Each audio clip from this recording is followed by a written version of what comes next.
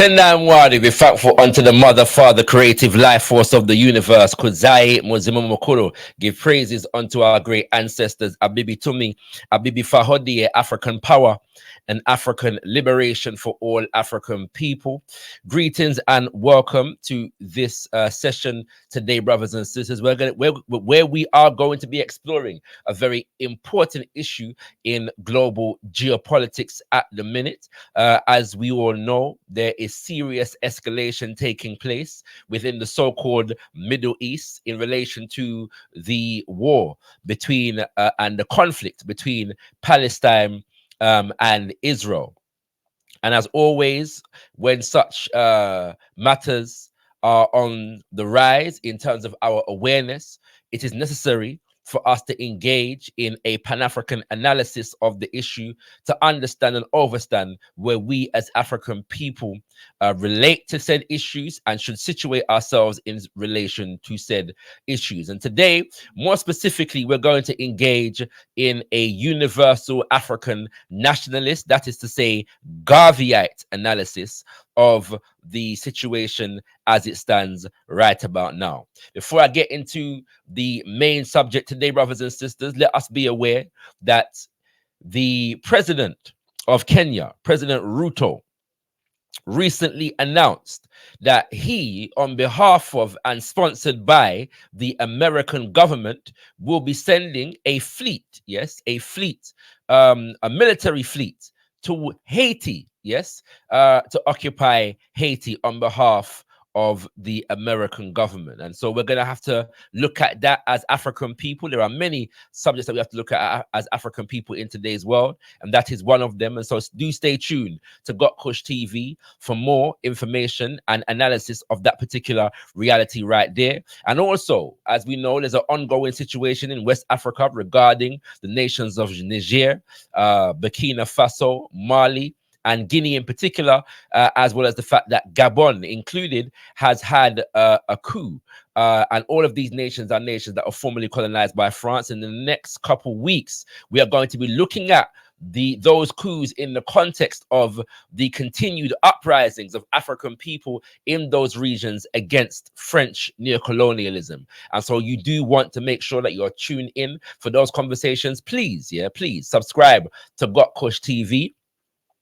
Hit that bell and you can check the description to this video for links to our Patreon. If you support the work of gotkushTV and want to contribute to seeing us grow, feel free to contribute to our Patreon either via one-off or recurring contribution, and we are most humble to receive said contribution. And also you can check out our Telegram group for more information, direct notifications of when we're going live and when we have content coming out, and or just news, general news. We're going to be using that Telegram group for this general news of what is taking place within the African world. All right, so I hope all of that makes sense, and we are going to get into our main subject right about now. Now, as I said, we're going to engage in a universal African nationalist, analysis of the Palestine-Israel conflict as it currently stands.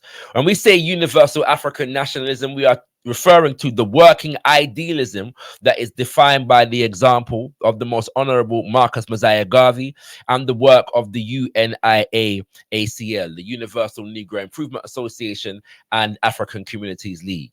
We could say African fundamentalism. We could say Black nationalist Pan-Africanism. And it's necessary for us to note from the outset that when it comes to said working idealism, the principle of justice, the principle of justice is extended to all and is defended in relation to all people on the planet Earth, especially when it comes to their desire to manifest self-determination, freedom, liberation, and nationhood for themselves as a people. And so I'm going to begin by reading the words of the prophet himself, Marcus Mosiah Garvey, the most honorable. And these are the words that are contained, in the course on African philosophy, also known as Message to the People, which were the lessons that Papa Garvey was teaching the next cadre of leadership to take over the organization after him. And we're going to read from the subheading on war, which is contained in the chapter on propaganda. And bear that in mind, that the subheading on war is contained in the chapter on propaganda. Note that point, because it's going to become very, very important later on in the discussion. Excuse me. But the words of the prophet read, "There are many righteous wars as well as unrighteous wars, depending entirely upon the civilization that makes the war or defends itself in war. It may be war to put down human abuse in favor of human virtue. The war makers have always justified war in some way or another. If you become engaged in a war, always have justification for your engagement. If the war is not yours, get something out of it before you go into it and complete it for the good of others. Never go into war foolishly. Never sacrifice your life without good results for your cause." So this is entirely important. Yeah. Word sounds of the most honorable Marcus Mosiah Garvey. Hail to the power of the word. And this is very, very important. There are many people who would suggest that they have black nationalist, pan-Africanist inclinations, who would simply want to hold up their hands in a gesture of complacency and say, well, this war doesn't involve us, we should have nothing to do with it. Yeah. And this sensibility of complacency in a situation such as this is actually counterproductive to African interests. Papa Garvey implores us to analyze, yes, and be constantly vigilant in the face of such instances so that we can identify what the African interest is in a particular situation and act accordingly. And we cannot do that if we just simply throw up our hands and say this war does not involve us, as an excuse to take a complacent tone, yes, and a complacent stance in relation to world events and global geopolitics in particular. And as we go through the discourse today, we're going to understand and identify why that is a destructive position for Africans to take at this moment in time. Having said that, we affirm once again that it is within the working idealism of Garveyism, of universal African nationalism, to extend solidarity towards people in their quest for self-determination, particularly when said people are fighting a liberation fight. And within the realms of the Garvey movement specifically, we see that there are instances where Papa Garvey himself and the movement in general extended fraternal greetings and solidarity with people of Ireland in their fight against the British, with the people of China and India in their fight against the British, with the revolution that took place in Russia against the elite in Russia, the Tsarist elite in Russia that took place in 1917 to 1919. The Garvey movement expressed solidarity with that particular revolution. But it was always the case that as far as African people were concerned, we had to operate from a position of self-determination. And we should never, as Papa Garvey says, allow the interests of other people to define our own interest for ourselves. The Garvey movement and other Pan-Africanist movements even extended solidarity and support for the quest of the Jewish people in order to establish a nation and a state for themselves. And historically, that pattern shifted after 1948 with the establishment of the state of Israel, because it was clearly understood that by the Pan-African world, black nationalist, socialist, or otherwise, that the establishment of the State of Israel in 1948 was a settler colonial project. And so the support that otherwise existed for the establishment of a Jewish state shifted to critique based upon the circumstances under which the State of Israel in particular came into existence. Yeah. And so we have to know those shifting dynamics. We also have to know that our solidarity, one of the reasons why many brothers and sisters would suggest simply that this conflict doesn't involve us, we should have nothing to do with it. One of the reasons why that is often put forward is because of a very real dynamic that exists in these situations. And we understand very, very clearly that when it comes to the Pan-African solidarity with the Arab world in general and Palestine in particular, the reciprocity in that relationship of solidarity tends to end at the point at which Africans begin to talk about the abuses faced by African people in the Arab world in particular and the Muslim world more broadly. When we begin to talk about what is taking place in Sudan, and when we begin to talk about what is taking place in Mauritania or Libya or Morocco, when we talk about the conditions of African people in Saudi Arabia or the conditions of our people in West Papua that is currently being inflicted upon them by the people of Indonesia, our brothers and sisters and others who would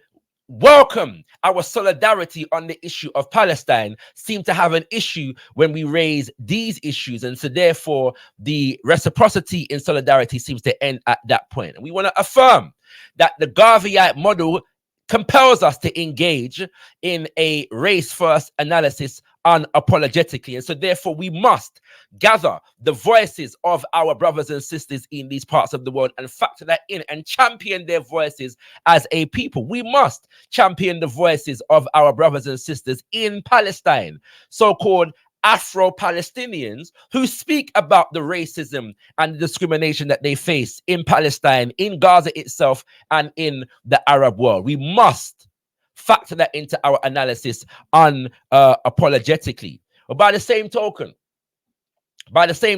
Israel as a criminal settler colony also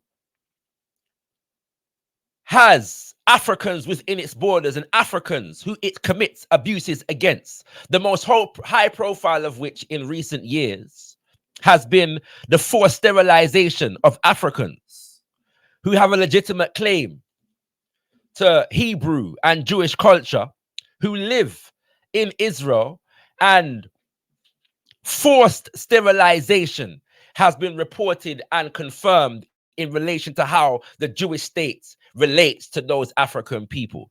And so we can never engage in a topic like this as African people without factoring those dynamics into consideration. That said, I live in a country called the United Kingdom of Great Britain, which is a part of what is referred to as the geopolitical West. And this is and has been the dominant geopolitical power in the world, the collective West, for at least the last 500 years. And we see situations in which we as African people who live in the West are being seduced into identifying with whatever nation state we exist in. And in identifying with the nation state that we exist in, we are seduced into tacitly or otherwise supporting the geopolitical interests of that nation state. We have a situation in which Africans all over the Western world who are in prominent positions as celebrities and as politicians can be found pledging, along with the political establishment within their respective nations, pledging unequivocal unconditional support for the state of Israel in terms of what it has declared and is in the process of perpetrating against the people of Palestine at this moment in time.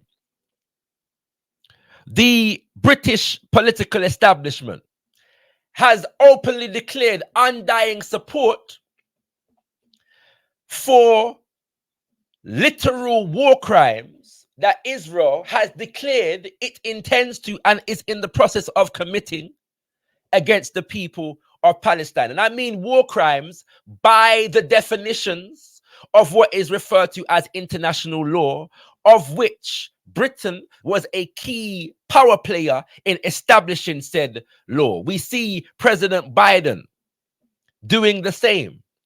We hear politicians like David Lammy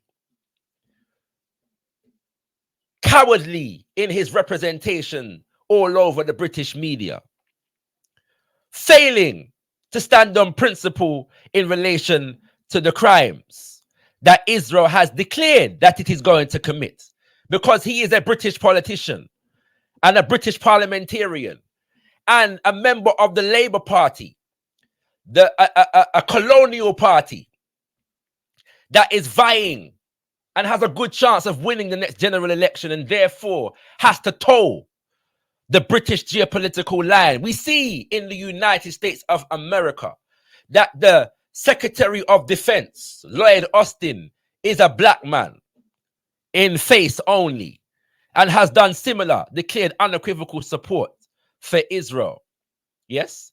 And all of these dynamics are taking place around us as Africans. The political, the media establishment. Somehow, the number one question on every journalist's lips is, do you condemn Hamas and the attacks that Hamas is committed, as though this conflict began a week ago with Hamas breaking a blockade that was established by the state of Israel to confine the Gaza Strip, as though this thing popped up 1 week ago. The number one question on the journalist's lips is, do you condemn Hamas? Nobody seems to be able to identify that even according to the law that was written by this government and others in the geopolitical West, Israel is in the process of committing war crimes and crimes against humanity. And as African people, we have to study these dynamics very, very carefully and understand what this means, especially because the geopolitical West is the number one geopolitical power in the world, and therefore is the power structure that dominates the neo-colonial regimes that affect us in Africa and the Caribbean. Let us take a look at this concept called international law for a second, and what it is and how it came about, and the context in which Africans relate to this thing called, this dynamic, this phenomena called international law. What we refer to as international law today was born after mass European War II, misnomered World War II, European tribal war. But because European tribes had colonized the better part of the planet at that period of time, they were able to drag the rest of the world as colonized subjects into their war and have us fighting on their behalf.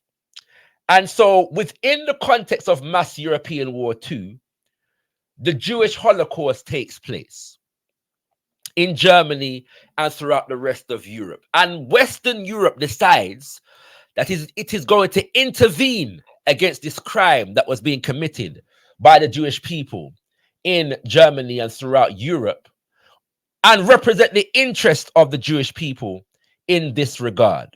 And so they develop and devise international law and develop institutions like the UN and the IMF, the World Bank, and later the World Trade Organization, and so on and so forth, really to solve the problems of Europe, to ensure that Europeans are less likely to engage in that level of warfare against each other. Yes. And so all of these laws in terms of human rights, Geneva Convention, rules of war, and so on and so forth are developed within that context. Within the context of Europeans trying to solve the problems of Europeans and representing the interest of one group of Europeans who was genocided against by another group of Europeans. Well, as African people, we should ask ourselves the question, what was the condition of African people relative to these powers who were engaged in that process at that time? Our relationship with these Europeans who are fronting themselves as the bastions of human rights, democracy, and fair play in the world at this moment was that we were still under a brutal system of colonization. We are talking about the period between 1945 and 1948. The ending of mass European War II and the establishment of the United Nations and all of the other aforementioned institutions. Africa is still colonized by Europeans. The Caribbean is still colonized by Europeans during this moment in time. So these powers who claim to be the bastions of justice and human rights and representing those principles on behalf of the Jewish people at that time were failing to represent those same principles in relation to the African people that it was colonizing during this same period. It was after this, for example, that our brothers and sisters and ancestors in Kenya, the Kenya Land and Freedom Army, known as the Mau Mau, rose up in the 1950s. And for fighting against British colonialism, Britain unleashed a brutal reign of terror against our brothers and sisters, ancestors in Kenya, tortured hundreds of thousands of men, women, and children. Time doesn't allow to detail the levels of torture. But these same people who claimed human rights before the world were not able to reconcile the principle of human rights in terms of their treatment of African people who were simply fighting for our freedom in the nation of Kenya. And that is just one example that we could draw on. But let's look at this in even more detail, to look at how this relates to the issue of Zionism, yes, and the establishment of the state of Israel. We're going to look at this in the context of the framework, the UN's framework, Geneva Convention framework on what is referred to as genocide. And many people may not be aware that genocide is a relatively recent terminology, yes, within the English language and within the context of quote-unquote international law. And the terminology was actually developed and coined by a Jewish gentleman by the name of Raphael Lemkin. Yeah, Raphael Lemkin. And if I'm not mistaken, Raphael Lemkin was living in Germany in and around the start of mass European War II. And he left and was able to escape and get to America. All right. Okay. And so in relation to the Western world representing the interest of the Jewish people as far as what was suffered in the Holocaust, one of the ways they did this is to bring the Zionist project into completely the Western imperialist project. Not to say that it wasn't already a part of it. We're going to get to that in a second. All right. But the term genocide is coined. And within the definition of genocide, Raphael Lemkin identified what came to be known as cultural genocide, which was any act that was designed to destroy a group as a cultural, geopolitical entity. And this was not limited to things like rape, pillaging, and mass murder. It also included imposing the names of a dominant group or oppressive group upon a people who the dominant group sought to oppress. That could be considered genocide. It included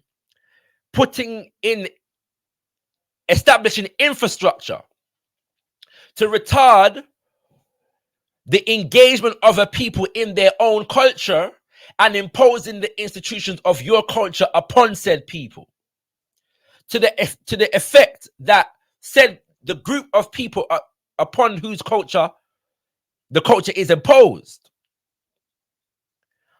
become unable to engage in their culture, and therefore this has a detrimental impact upon the existence of the culture. It included commandeering the children of a cultural group and educating them in the institutions of the oppressive group,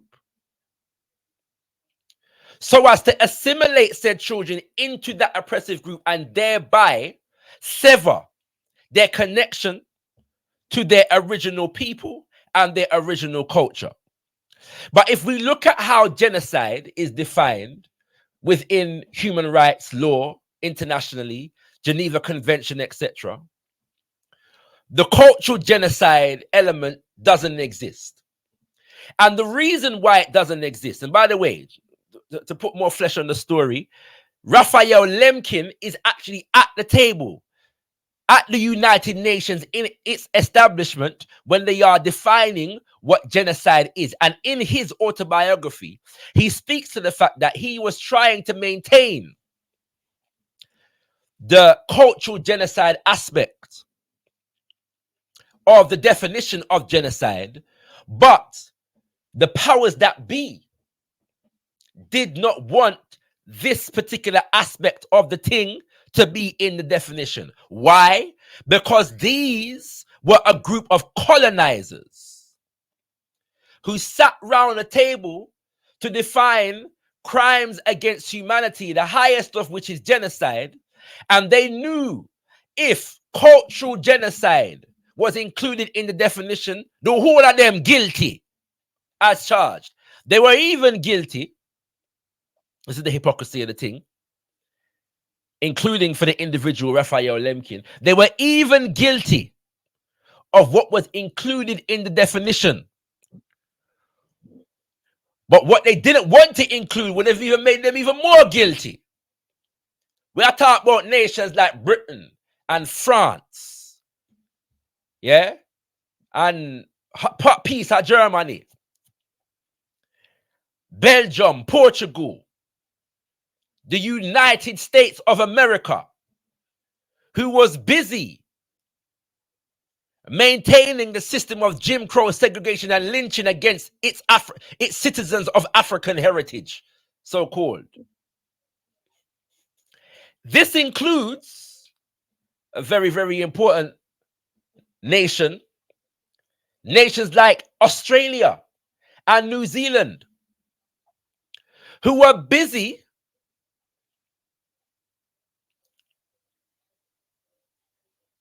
establishing their power as a Western nation built upon the bones of the indigenous peoples of Australia and New Zealand, who they had genocided against. They literally, the people that genocided against the indigenous peoples of the Americas,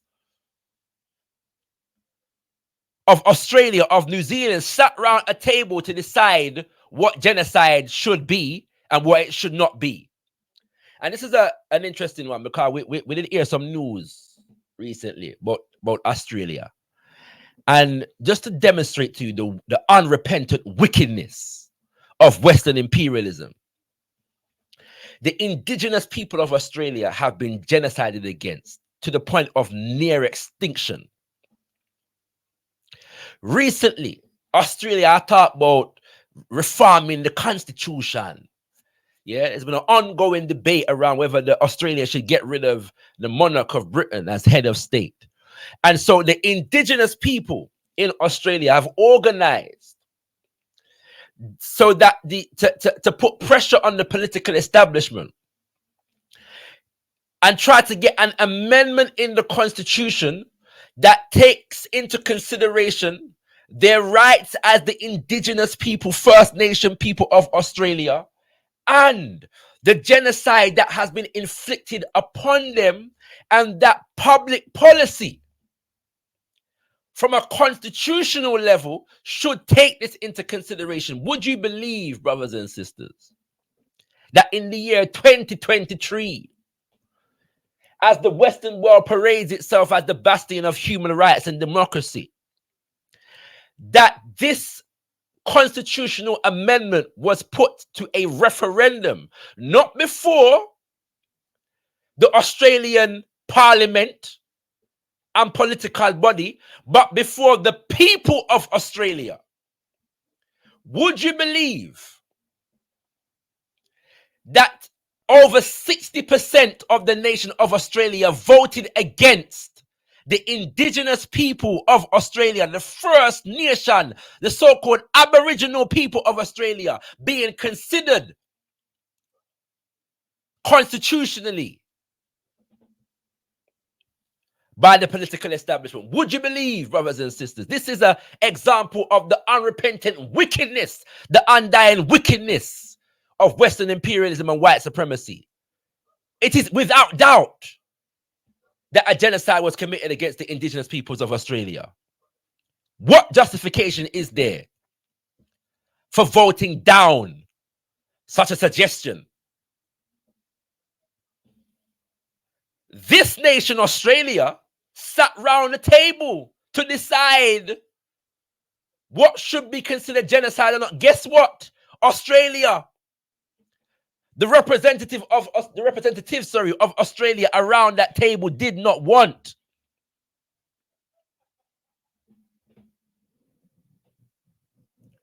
cultural genocide to be included in the definition. What am I saying here, brothers and sisters? As I alluded to earlier, we are dealing with the fact that what took place after mass European War II is that the Western world, the white world, the Western imperialist world, used the suffering of the Jewish people and its defense of the Jewish people and paraded it before the world as their moral compass, their moral foundation.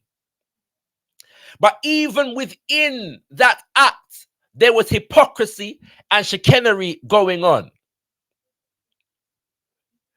And that was able to be done because of the extent to which the Zionist elite among the Western powers were already intimately tied into the Western imperialist structure. The father of what is referred to as Zionism, Theodore Herzl, yes, when he was establishing the philosophy, of Zionism as a secular philosophy designed, to establish a Jewish state, he wrote a book called The Jewish State, and in it he identifies the fact that his chosen methodology for establishing this Jewish state was to create a company similar in manner to what the British had did. This company, by the way, was said to be established on the British Stock Exchange. It was a British-based company, London Stock Exchange Company, established in a similar way to the Royal African Company and what became known as Unilever and other such corporations that facilitated the colonization and enslavement of African people. Bear in mind, brothers and sisters, that the colonization of African people and African continent and the Caribbean was an act of private corporations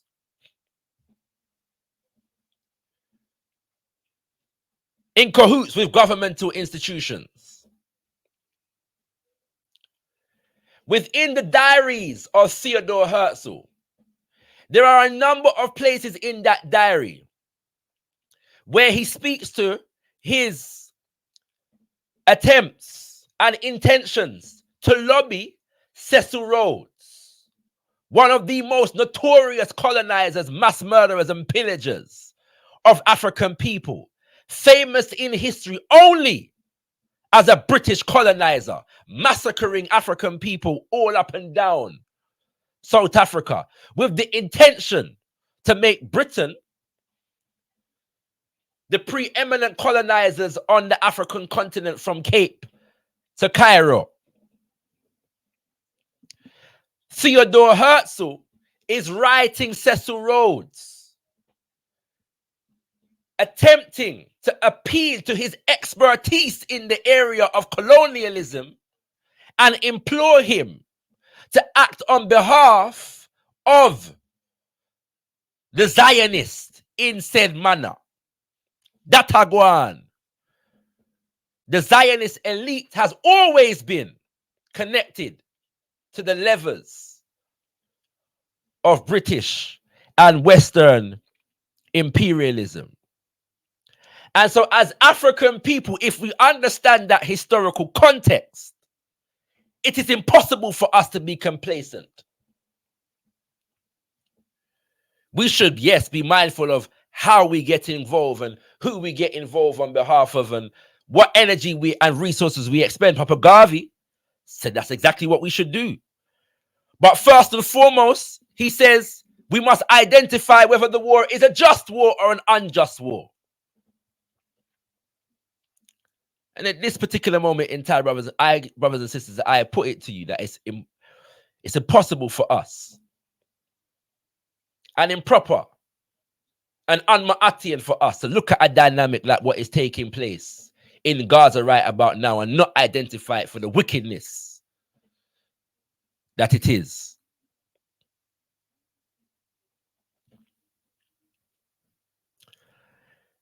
We hear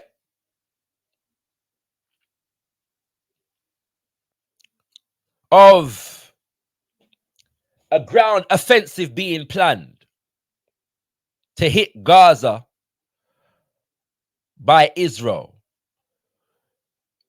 We hear that at least somewhere in the region of 3,000 people have been killed in Gaza. We are hearing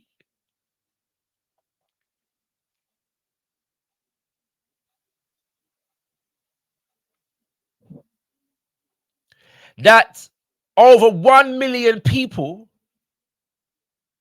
have been called upon to evacuate the northern section of Gaza. And we are seeing that the entire political establishment of the West is giving unlimited support for these acts. We say water cut off, electricity cut off, no food can get in there, no humanitarian organization can go in there. And we are seeing the entire geopolitical establishment of the West giving unlimited, unconditional support for said actions. So when we look at the history of how the dynamics of what is considered to be genocide and a war crime was developed, it seems clear that as far as us as African people, we were defined outside of that kind of a consideration. Let us be clear about that. And because of the fact that Israel represents the moral conscience of Western Europe, they have been given license to act in any way that they wish. And the rest of Europe must support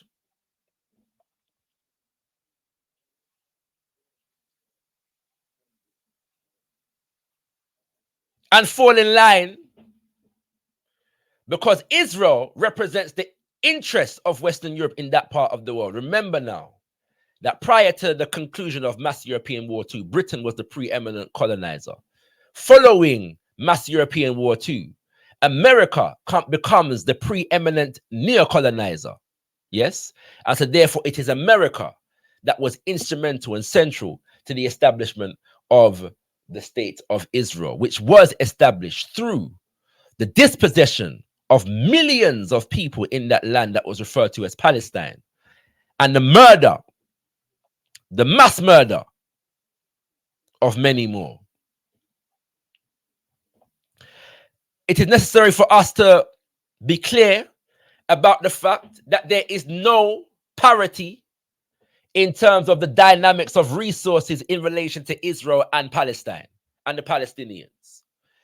Israel is one of the biggest and most well-funded, most well-resourced states in the world today. It is a nuclear power, yes, with one of the most well-resourced militaries in existence. It has, by some estimations, one of, if not the most sophisticated security agency, secret agency, intelligence agency, in the world, Mossad, which raises the question of how indeed it was possible for a group of Palestinians in the Gaza Strip, which is completely controlled by Israel, to break through a barrier and drive 20 kilometers into Israeli land to kill people. How is that possible under the reign of the most sophisticated intelligence agency in the world? And there's all kinds of speculation about the interest that represented for Netanyahu, who's come under severe scrutiny by his own people for some of his political overreaches. And now it is said, and there is evidence to the contrary of this, but he is getting support. He's certainly getting support from the international community. But there is certainly voices of this dissent in Israel, it appears, at least in relation to Netanyahu himself, if not for the lives of the Palestinians who have been thoroughly dehumanized by the narrative that has been taking place in this world at this moment. Necessary for us to note, brothers and sisters, when I say that these people have been dehumanized, listen to a quotation from Isaac Herzog, who is the president, the ceremonial leader of Israel. He says, "We are operating militarily in terms according to rules of international law, period, unequivocally." This is what he declares. It is an entire nation out there that is responsible. Not Hamas, not a group of terrorists. He says it is an entire nation out there that is responsible. It is not true that this rhetoric about civilians not aware, not involved, it's absolutely not true. They could have risen up. They could have fought against that evil regime which took over Gaza in a coup d'etat. But we are at war. We are defending our homes. We are protecting our homes. That's the truth. And when a nation protects its home, it fights, and we will fight until we break their backbone. We have other quotes from Israeli officials referring to the Palestinians as animals. Yeah. And in this environment, we have people who are black, African people, on behalf of America and Britain, who are declaring, in line with the geopolitical establishment of said nations, their support with Israel, undying support. I've already mentioned David Lammy. I could mention LeBron James. I could mention Floyd Money Mayweather, who used his middle name to send a private jet full of resources to Israel, one of the most wealthiest nations in the world. I don't know what take him. Him ego must be well large. Him send a whole plane to Israel. A nation state with a standing military that is fighting against a group of people that do not have a state to speak of, do not have a standing military.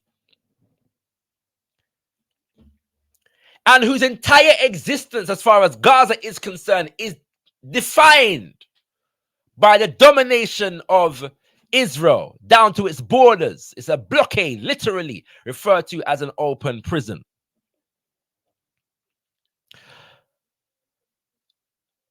Me want to know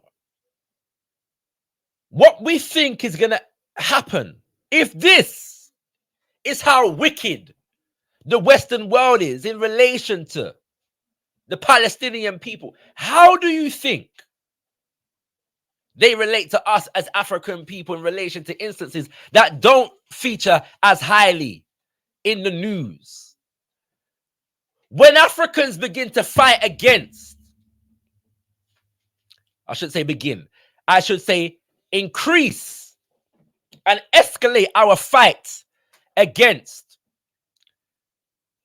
Western governments and corporations among us in Africa and the Caribbean, when we begin to fight against Chevron and Shell and BP and ExxonMobil in the Niger Delta, when we begin to fight against De Beers and Oppenheimer and all the Lon Min and all the mining companies in Congo and Sierra Leone and South Africa, when we begin to fight against those criminal institutions and their governments, how do you think these same institutions are going to relate to us as African people? How is it that the apartheid regime of South Africa acquired the nuclear arsenal?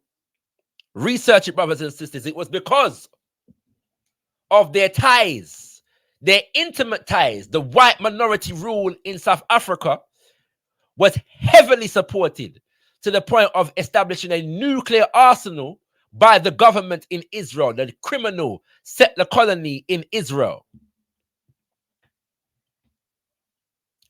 Yet we have African people declaring undying support and sending resources. I want to know if the same African people that are doing this have raised their voice in support of our people in the Congo, our people in the Niger Delta, our people in Sudan and Mauritania, our people in South Africa and Zimbabwe who are fighting the land issue, our people in Haiti who are constantly under Euro-American political intrigue. Have they ever sent resources, private plane and jet to Haiti and Congo?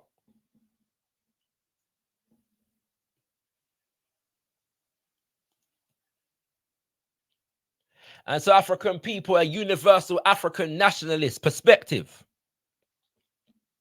compels us